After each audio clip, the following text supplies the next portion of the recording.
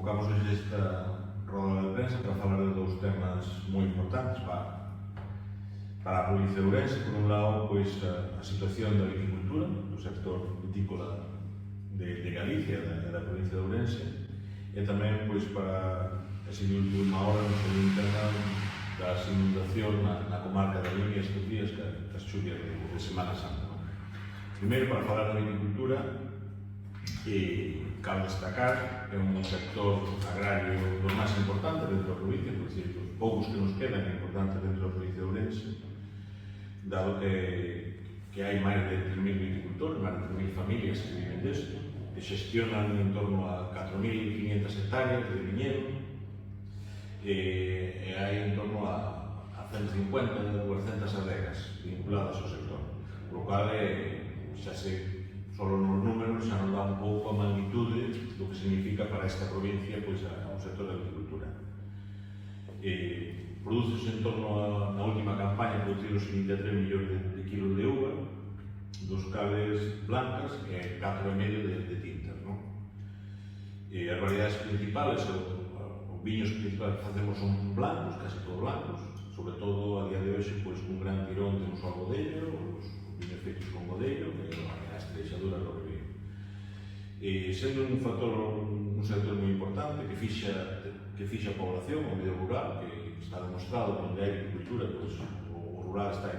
hai máis habitantes, e a importancia dentro da economía, tanto a nivel económico, empleos directos, como tamén temas de turismo, que está moi de moda, entón iso nos fai que moita xente non veña a visitar para facer rutas de no turismo, dada a importancia das adegas que temos nesta provincia. É un sector que a día de hoxe, pois, gracias a Dios, os nosos viños blancos son moi valorados, se está vendendo moi ben, se está vendendo ben o viño blanco, pero, tampouco podemos esquecer que temos problemas, Temos distintos problemas, sobre todo nas variedades tintas. É un problema a nivel mundial, que hai unha baixada de consumo de viño tinto a favor dos viños blancos, e iso ven afectando pois, as denominacións galegas e, por suposto, as orensanas. Sobre todo, temos problemas na Ribeira Sacra, que Ourense ten unha parte por dentro desa Ribeira Sacra, onde o ano pasado, dado esa pérdida de venta de viños tintos, pois quedaron máis de 550 viticultores sin que lle recolleran as uvas, non todo o Ourense, moitos de Lugo. Iso pois, deu que moita xente se planteara pois,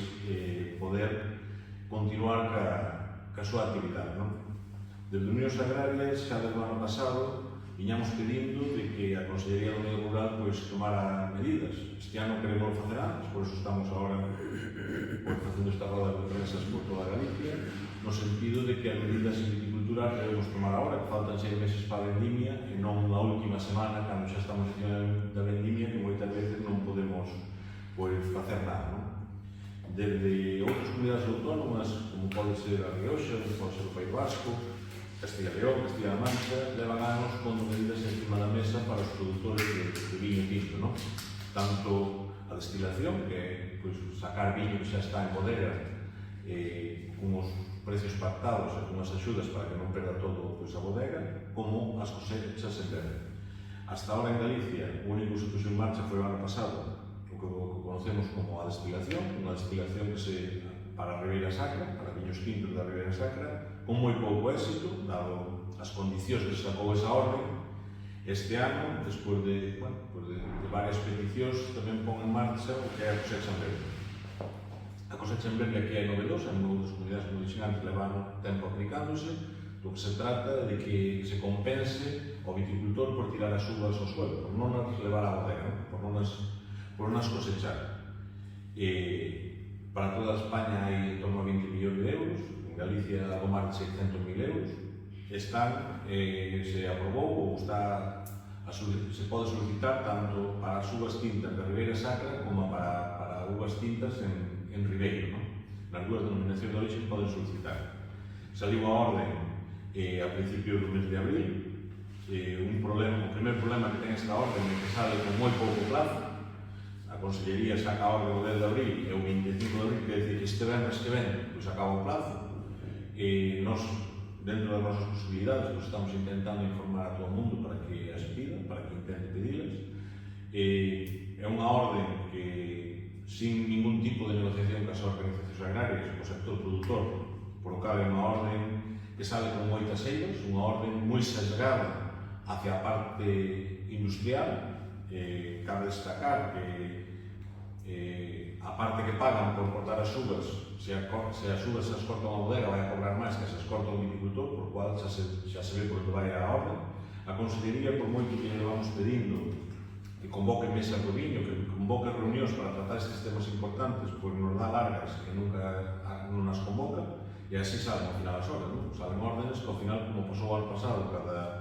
cada destilación de crisis, pois se saca unha orde que nin siquiera copiaron de outras comunidades, pois se copiaron como bien estaba mellor,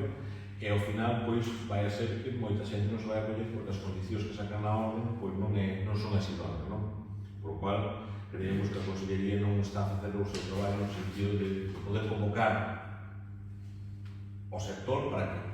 falar do sector e para intentar entre todos pois, salir deste problema que temos no viño tinto, que é unha parte tamén da nosa viticultura, e sobre todo na Ribeira Sacra, onde o 90% é tinto, e o paisaje que temos a día de hoxe na Ribeira Sacra é gracias aos viticultores, porque senón pois, teríamos monte como hai noutras zonas, non? Despois, a principios deste mes, tamén sacan outra orde importante para o sector, que é a orden de reestructuración de viñedo. Entón, temos que traballar, e non que dicíamos o ano pasado xa, ao pasar a vendimia, que se tiñen que pôr a traballar no tema de buscar, identificar os propietarios das viñas abandonadas e, de alguma maneira, pois axudalos ou forzalos a que cortaran esas viñas para evitar posibles que aumente o contagio, non? Lo pedimos xa varias veces, lo vamos a isto é un problema moi grave. Os viticultores, pois realmente, sobre todo na de Ao Ribeiro, que é onde máis empeza a ver a enfermedade, pois sí que están preocupados con isto, porque, bueno, non nos olvidemos que fan secar a planta, pode acabar secando toda a parcela, pode haber un problema grave. É unha enfermedade que nos ven do sur, que ven de Portugal, se acaba de declarar certos concellos da comarca tamén de Monterrey como concellos tapón, concellos de control, onde hai que intensificar esos controles, por cual o que pedimos é que a Consellería se poña a traballar, de verdad, faga as charlas necesarias, faga a concienciación necesaria para os viticultores que ten que tratar, pero tamén os viticultores que ten que arrancar, e sobre todo, a maioría dos expertos nos dicen que é importante que non haxa erros que se poden arrancar, por eso insistimos moito en que se arranquen estas parcelas abandonadas. Seguiremos pedindo, nós vimos dicindo que é fundamental que haxa mesas de viño, que haxa mesas de negociación, porque é onde podemos tratar as cousas e onde podemos traballar todos en conxunto para salir deste problema. Nos últimos meses, no último mes, máis ou menos, vemos unha amenaza tamén un pouco para os viños blancos, que é o tema dos aranceles, non? Se leva falado moito deste tema. Na viticultura é un dos sectores que vai estar máis perxudicado por estes aranceles. Galicia vende en torno a 4 millóns de litros en Estados Unidos, pero bueno, a nivel nacional se venden casi 70 millóns de litros. Iso o que pode facer é que o mercado, pois xa non só que deixemos de vender, estamos vendendo en Estados Unidos, senón que parte dese viño que estaba vendendo en Estados Unidos se acaba vendendo no mercado nacional e teñamos problemas. Para iso é fundamental buscar novos países para poder seguir importando, buscar novos mercados nacionales do problema crear unha oportunidade, non? Temos que creer máis no noso produto, temos que intentar vender mellor os nosos produtos e estar encima de que o noso produto pois, se lle dé ese valor que ten, esa calidad que ten,